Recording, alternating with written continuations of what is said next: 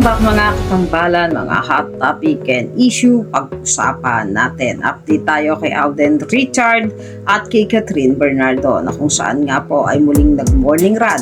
Itong si Alden Richard sa Ayala kasama ang kanyang mga ka-morning buddies at kasama din niya si Christopher Martin na tumakbo sa Ayala. Samantalang nag-post naman si Alden Richard sa kanyang IG story na absent si Prince Benmar na kasama nila sa pag-morning run.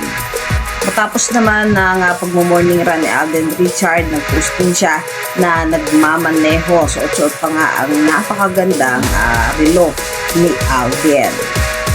Samantalang nag-pictorial naman itong si Alden Richard para sa L Official PH. Makikita doon na napakagwapo ni Alden Richard at isa pa sa kinakiligan nga ay ang narinig ng mga fans ang boses ni Catherine na nagsasalita at kumpirmado nga na magkasama sila sa naganap na pictorial para sa L Official PH. Samantalang si Catherine Bernardo naman ay nagkaroon din ng photoshoot sa Energen Philippines. Ayan.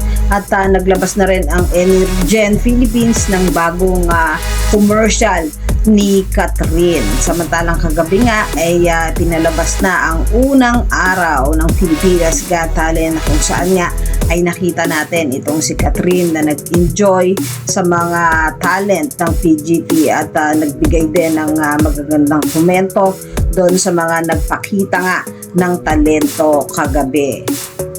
At sa pictorial nga ng L Official PH, hindi pa nga rin naglalabas si Catherine ng naging photoshoot niya, pero maraming mga fans ang kinilig doon sa boses ni Kat na narinig habang nag-pictorial na nga itong si Alden Richard. Yan yung mga update natin ngayon kay Alden at kay Catherine. Kayo mga katambalan, ano ang masasabi nyo? Comment lang sa comment section at pag-usapan natin. Yan ang mga hot topic and issue dito lamang sa Tambalan JK.